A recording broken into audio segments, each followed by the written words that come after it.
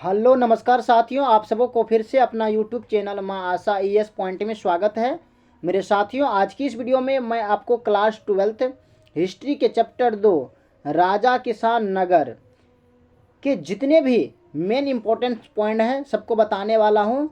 इस चैप्टर का line by line explain करने वाला हूँ सभी पॉइंट को। इसी वजह से आप इसको ध्यान से अंत तक देखेंगे। और अगर आप हमारे यूट्यूब चैनल पे नए आए हैं तो प्लीज़ इसको सब्सक्राइब कर लेंगे और अपने दोस्तों को भी शेयर करेंगे। तो चलिए, प्रथम पॉइंट है आपका वैदिक सभ्यता। बहुत इंपॉर्टेंट है ये चैप्टर आपके बोर्ड एग्जाम के दृष्टिकोण से, इसी वजह से इसको ध्यान से आप देखेंगे। तो प्रथम पॉइंट है कि वैदिक सभ्यता। ये वैदिक सभ्यता क्या है?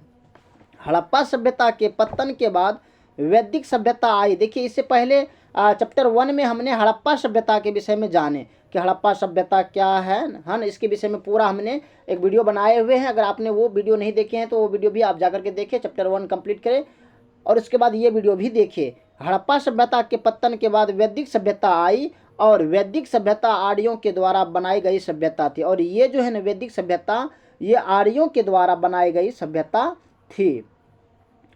कि वैदिक सभ्यता एक ग्रामीण सभ्यता है। ये क्या है? एक ग्रामीण सभ्यता थी जो कि 1500 ईस्वी पूर्व से 600 ईस्वी पूर्व तक चली। वैदिक काल में ही चारों वेदों की रचना हुई।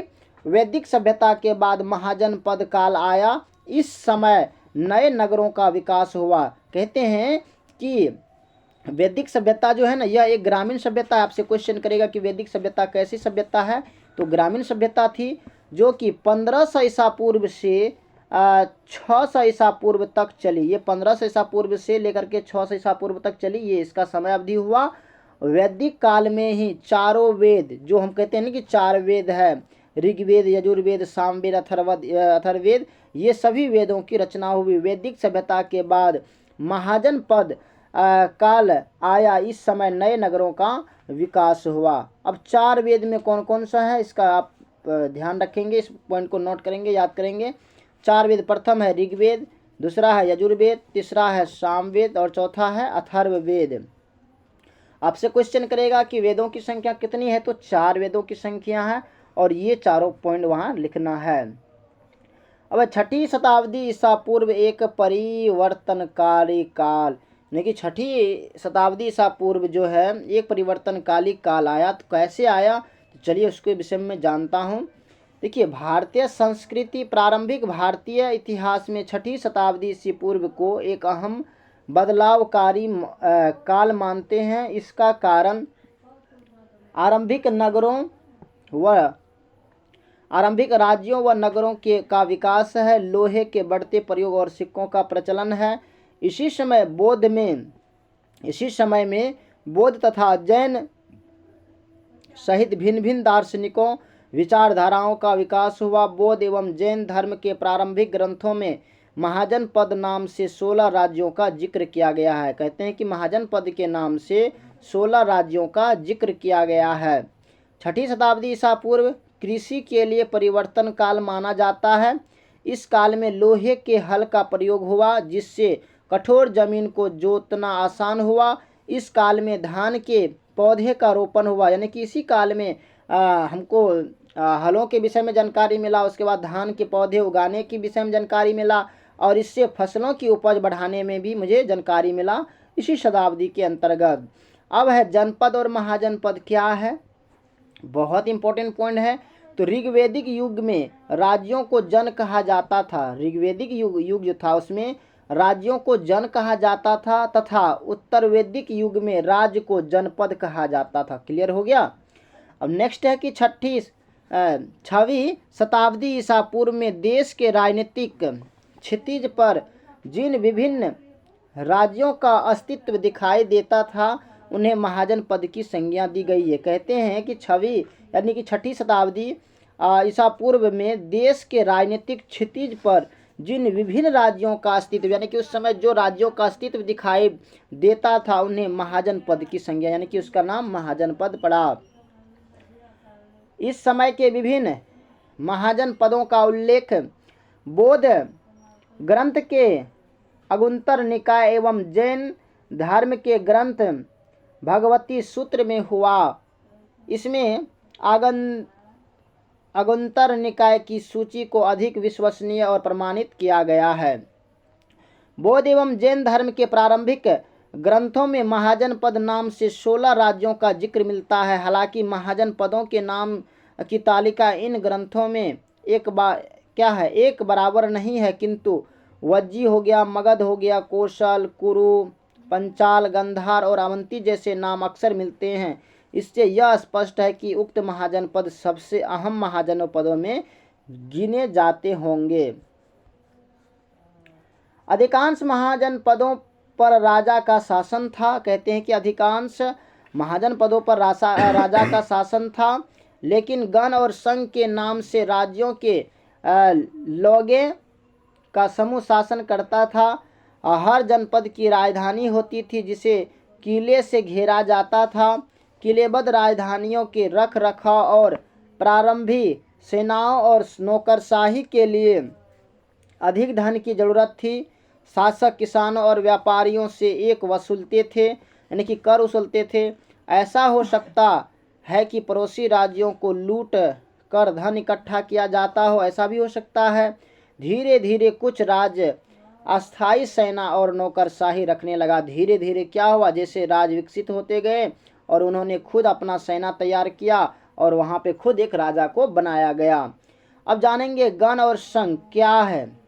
गण यानी कि गण शब्द का प्रयोग कई सदस्य वाले समूह के लिए किया जाता था, और संघ शब्द का प्रयोग किसी संगठन या सभा के लिए किया जाता है।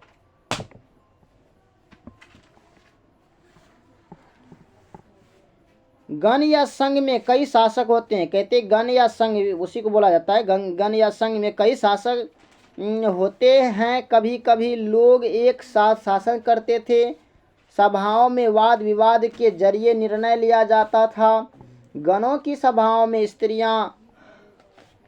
स्त्रियों दसों कंपकारों और भागीदारी नहीं थी, इसलिए इन्हें लोकतंत्र नहीं माना जाता है। कहते हैं कि गणों में जो है ना, स्त्रियों दसों और कंपकारों की भागीदारी नहीं थी, यानी कि स्त्री उसमें भाग नहीं ले सकती है, इसीलिए इन्हें लोकतंत्र कहा जाना उचित नहीं होगा। भगवान बुद्ध और भगवान महावीर दोनों इन्हीं गणों से संबंधित थे। वज्जी संघ की ही भांति कुछ राज्यों में भूमि सहित अनेक आर्थिक स्रोतों पर राजा गण सामूहिक नियंत्रण रखते थे। मगध महाजनपद। मगध आधुनिक बिहार राज्य में स्थित है। मगध 6ठी से 4ठी शताब्दी ईस्वी पूर्व में सबसे शक्तिशाली महाजनपद बन गया था। प्रारंभ में राजगिरी मगध की राजधानी थी। कहते हैं कि पहले जो है प्रारंभ में शुरुआती दौर में राजगिरी मगध की राजधानी थी। पहाड़ियों के बीच बसा राजगिरी एक किलेबद्ध शहर था। बाद में 4वीं शताब्दी ईसा पूर्व में पाटलिपुत्र की राजधानी बताया। वर्तमान में पाटलिपुत्र को पटना कहते हैं। अनेक राजधानियों को किलेबंदी लकड़ी, ईंट या पत्थर की ऊंची दीवारें बनाकर की जाती थी।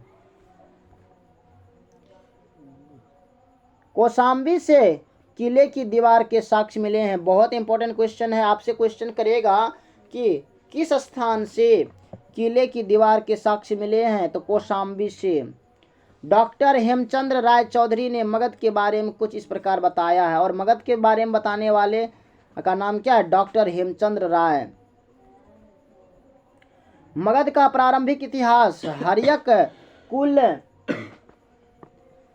मगध का प्रारंभिक इतिहास हर्यक कुल में राजा बिंबिसार से प्रारंभ होता है।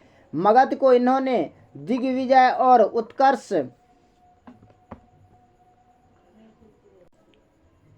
के जिस मार्ग पर अग्रसर किया वह तभी समाप्त हुआ जब कलिंग के युद्ध के उपरांत अशोक ने अपनी तलवार को म्यान में शांति दी।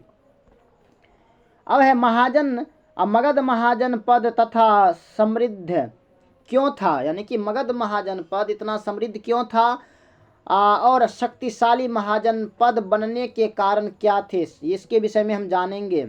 देखिए, अगर आप इस वीडियो को कंप्लीट अच्छे से देख लेते हैं तो इसमें से जितने भी क्वेश्चन पूछा जाएगा, चाहे ऑब्जेक्टिव हो या सब्जेक्टिव हो, आप उसको बिना रट्टे मारे हुए आप उसको आसानी से लिख सकते हैं। समझ करके आप लिख सकते हैं, क्योंकि ये अगर आप इस चैप्टर को पढ़ोगे तो इधर से उधर बहुत समय लगेगा। इसलिए इसका मेन जो पॉइंट होता है उस पर हमने बात की। अगर एक बार में समझ में नहीं आ रहा है तो 2 बार 3 बार करके आप इस वीडियो को देखिएगा और इसके मेन पॉइंट को आप नोट करेंगे। ये सारे पॉइंट को नोट करके आप याद करेंगे।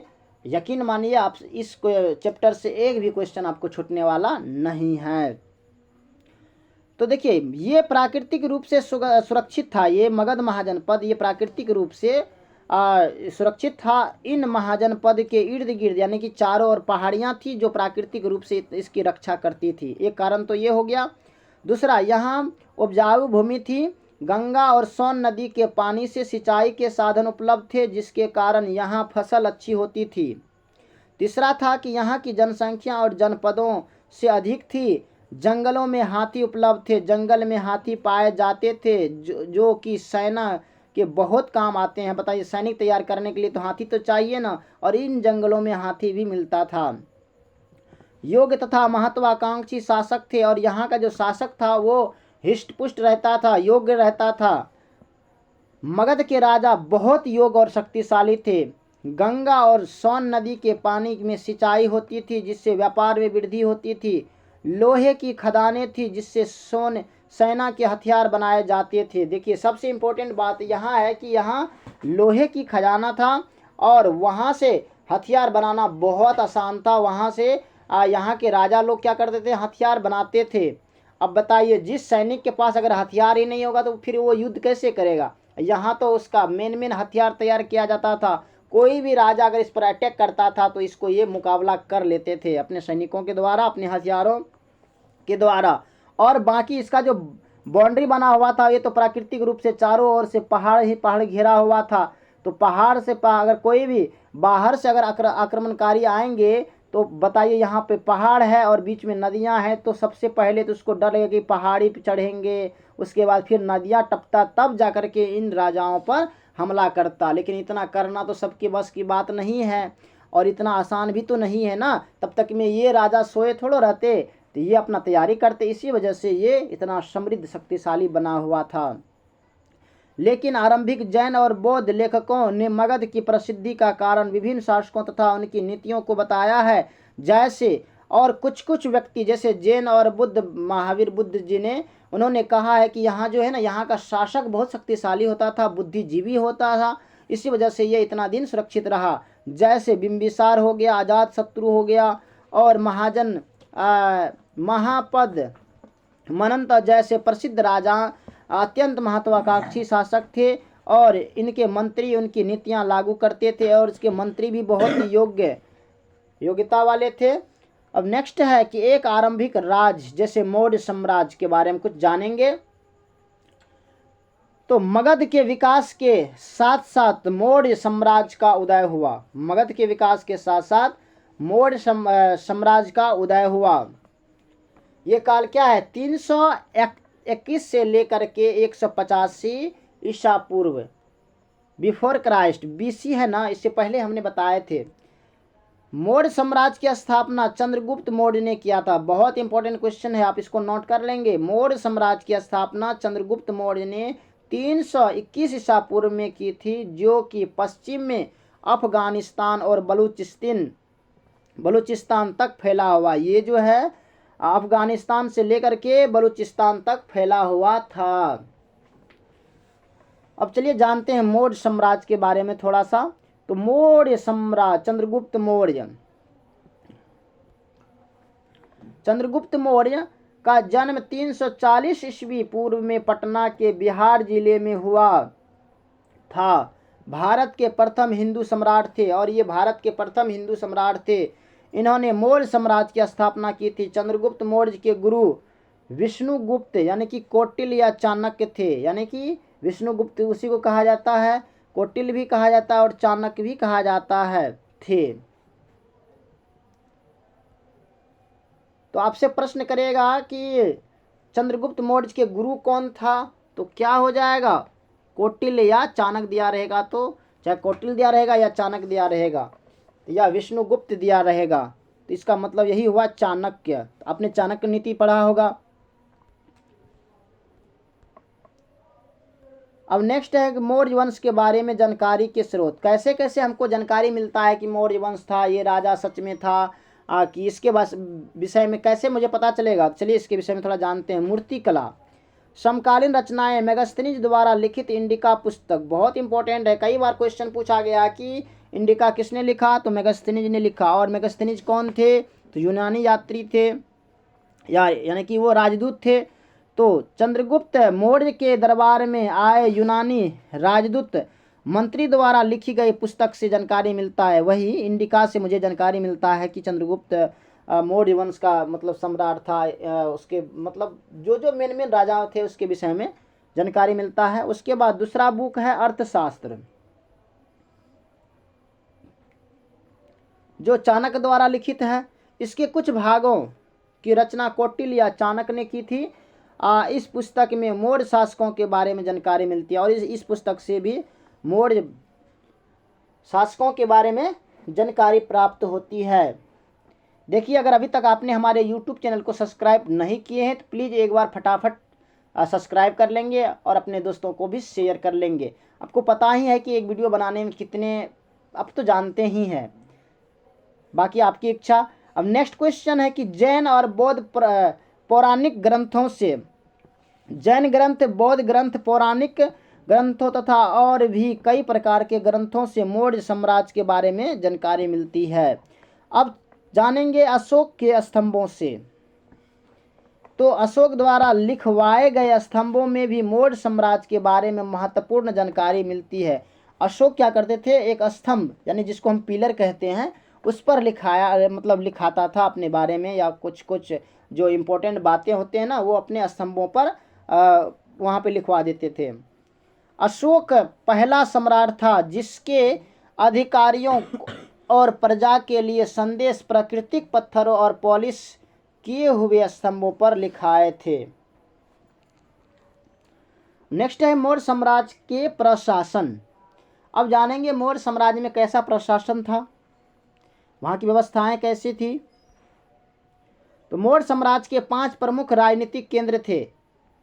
राजधानी पाटलिपुत्र और 4 प्रांतीय केंद्र, तक्षशिला हो गया, उज्जैनी हो गया, तोसली हो गया और सुवर्णगिरी हो गया।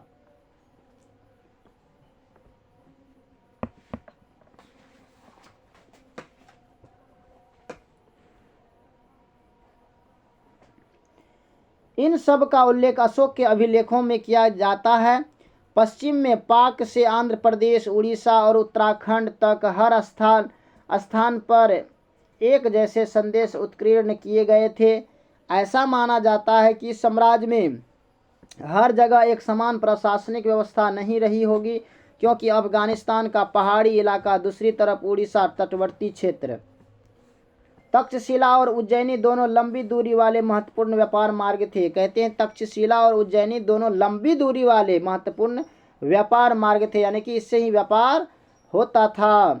सुवर्णगिरी यानी कि सोने का पहाड़, कर्नाटक में सोने की खानें थी। और कहते हैं कि कर्नाटक में सोने की खानें थी।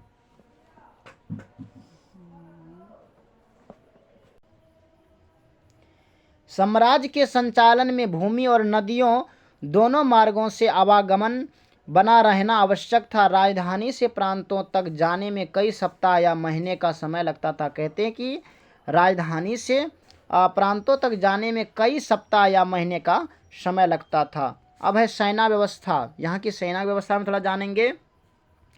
मेगास्थनीज के अनुसार मौर्य साम्राज्य में सेना के संचालन के लिए एक समिति और 6 उप समितियाँ थी। कहते कि एक समिति बनाया जाता था और 6 उप समितियाँ बनाई जाती थी। प्रथम है नौसेना का संचालन करना। प्रथम उसका था नौसेना का संचालन करना। दूसरा था दूसरी काम यातायात व खान पान का संचालन करना।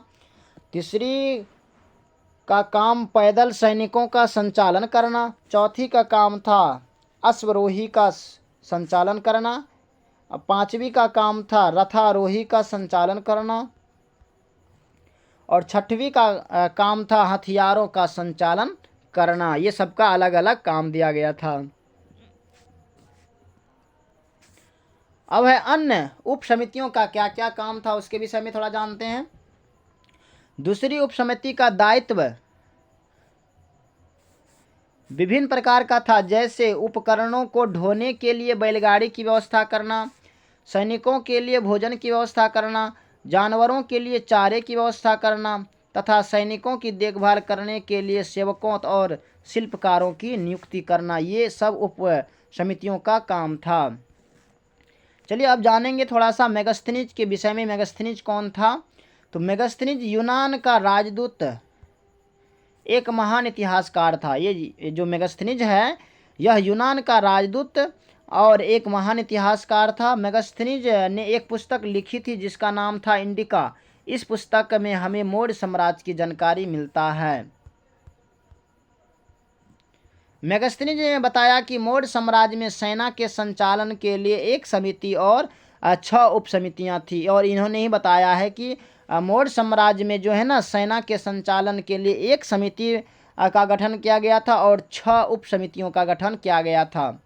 चलिए अब जानते हैं अशोक, सम्राट अशोक के विषय में। बहुत प्रतापी शासक था, इन्होंने आपने पहले भी सुना होगा। तो अशोक भारतीय इतिहास के सर्वाधिक रोचक व्यक्तियों में से एक है।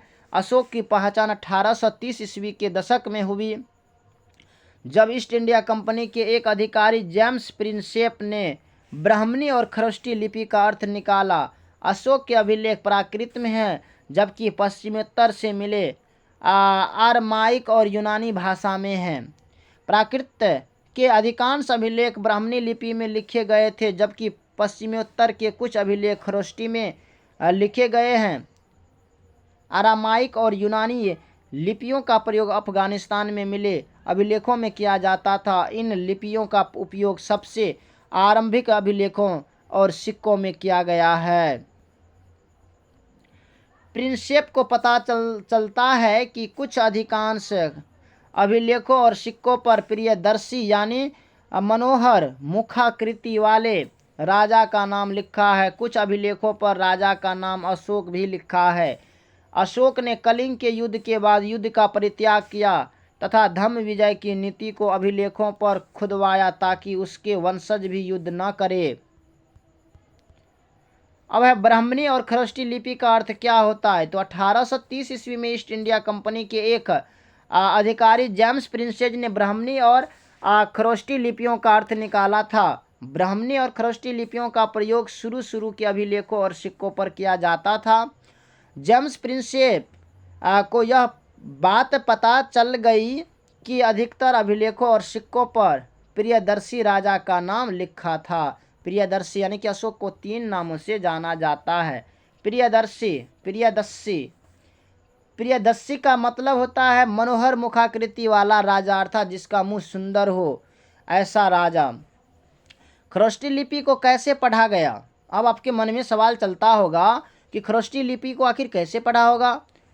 पश्चिमोत्तर से पाए गए अभिलेखों में खरोष्टी लिपि का प्रयोग किया गया था। इस क्षेत्र में हिंदू यूनानी शासक शासन करते थे और उनके द्वारा बनाए गए सिक्कों से खरोष्टी लिपि के बारे में जानकारी मिलता है।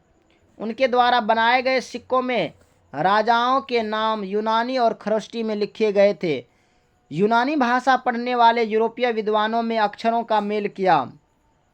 और क्या हुआ कि यूनानी भाषा पढ़ने वाले जो यूरोपीय विद्वान था उन्होंने अक्षरों का मेल किया, उससे पता चला। अब है ब्राह्मणी लिपि को कैसे पढ़ा गया? ब्राह्मणी काफ़ी प्राचीन लिपि है। ब्राह्मणी लिपि जो है ये काफ़ी प्राचीन लिपि है। आज हम लगभग भारत में जितनी भी भाषाएं पढ़ते हैं उनकी जड़ ब्राह्मणी लिपि ही है। कहते हैं कि आज भारत में हम जितनी भाषाएं बोलते हैं ये सब इसका जड़ जो है ये ब्राह्मणी लिपि ही है।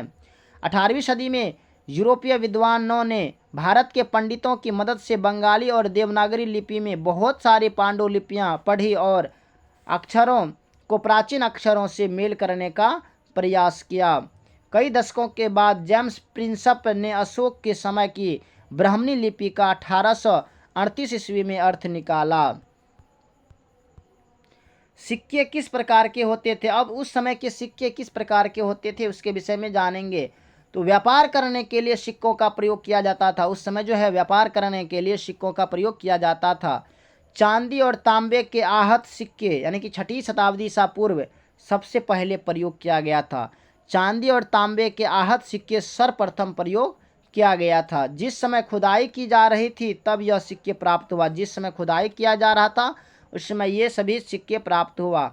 इन सिक्कों को राजा ने जारी किया था, या ऐसा भी हो सकता है कि कुछ अमीर व्यापारियों ने सिक्कों को जारी किया हो, ऐसा भी हो सकता है। शासकों के नाम और चित्र के साथ सबसे पहले सिक्के हिंदू यूनानी शासकों ने जारी किए थे। शासकों के नाम और चित्र के साथ सबसे पहले कहते हैं कि सिक्के जो है हिंदू यूनानी शासकों ने जारी किए थे। सोने के सिक्के सबसे पहले कुषाण राजाओं ने जारी किए थे। बहुत इंपॉर्टेंट क्वेश्चन है कि सोने के सिक्के सबसे पहले किन राजाओं ने जारी किया था, तो कुषाण राजाओं ने जारी किया था। और इन सिक्कों का वजन और आकार उस समय के रोमन सिक्कों के जैसा ही हुआ करता था। पंजाब और हरियाणा जैसे क्षेत्रों में योधेय शासकों ने तांबे के सिक्के जारी किए थे, जो कि हजारों की संख्या में वहां से मिला। सोने की सबसे बेहतरीन सिक्के गुप्त शासकों ने जारी किया। कहते हैं कि सोने का सबसे अच्छा सिक्का जो है यह गुप्त शासकों ने जारी किए थे। अब नेक्स्ट है इसके कलिंग युद्ध। आप तो जानवे करते होंगे कलिंग युद्ध कितना प्रसिद्ध था। चलिए इसके विषय में थोड़ा जानते हैं।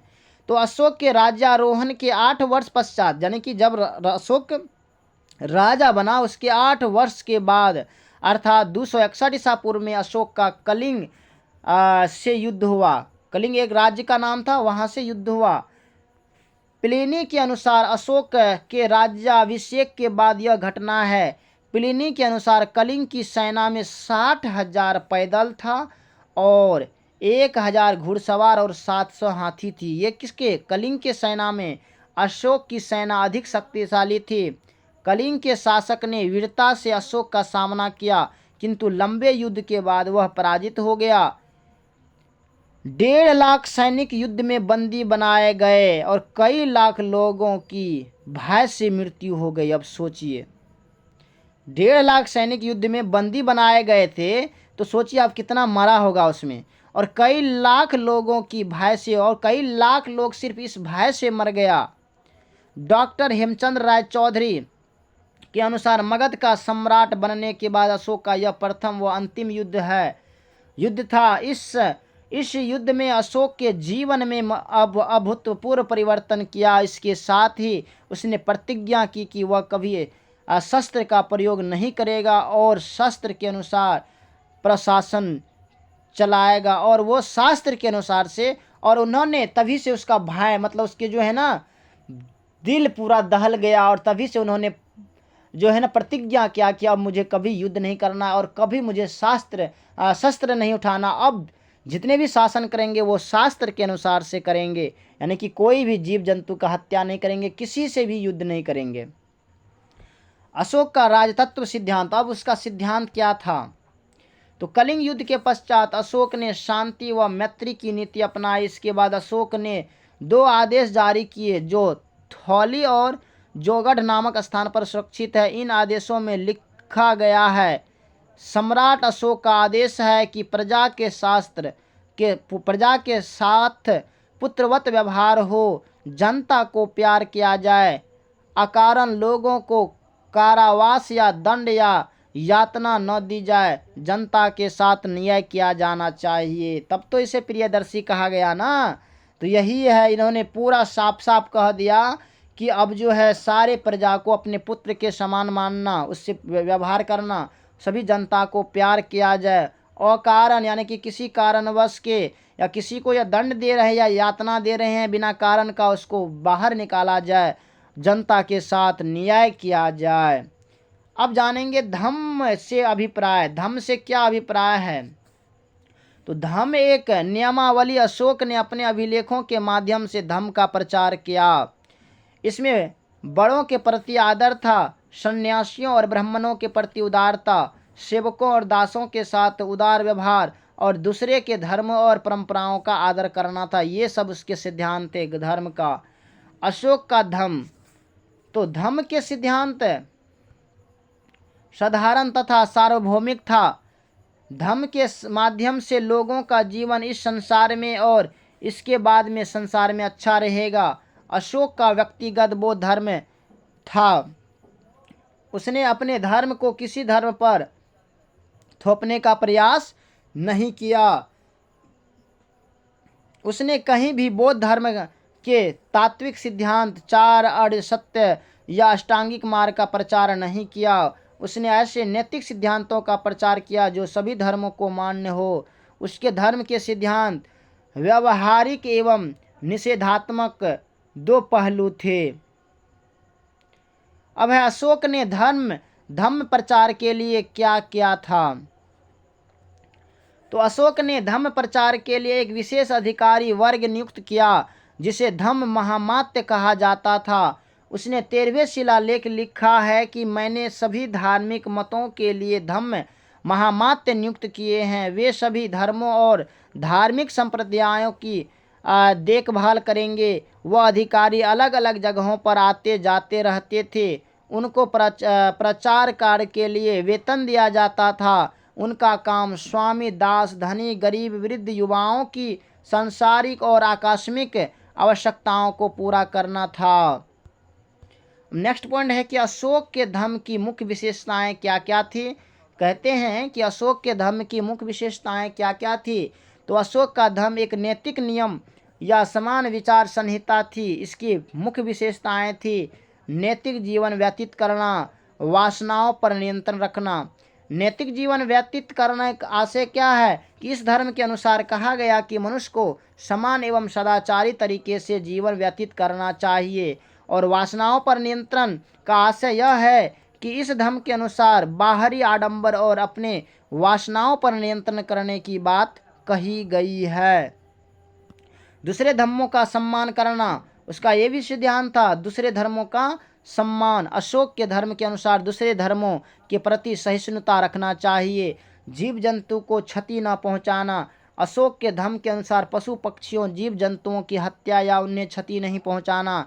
सबके प्रति दयालु बनना, अपने नौकर और अपने से छोटे के प्रति दयालु बनना और सभी का आदर करना। सभी का आदर करना यानी कि माता पिता, गुरुजनों, मित्रों, भिक्षुओं, सन्यासियों, अपने से छोटे और अपने से बड़े सभी का आदर करना। ये सब उसका जो है ना नियम था। चलिए अब जानेंगे मौर्य साम्राज्य की सामाजिक, आर्थिक एवं सांस्कृतिक स्थितियाँ। तो मेरे साथियों, मैं आपसे कहना चाहूँगा कि वीडियो थोड़ा काफ़ी लंबी हो जाएंगे। इसी वजह से पार्ट 2 में इससे आगे जितने भी मेन पॉइंट हैं मैं आपको बताऊँगा। बाकी इस वीडियो में यहीं तक।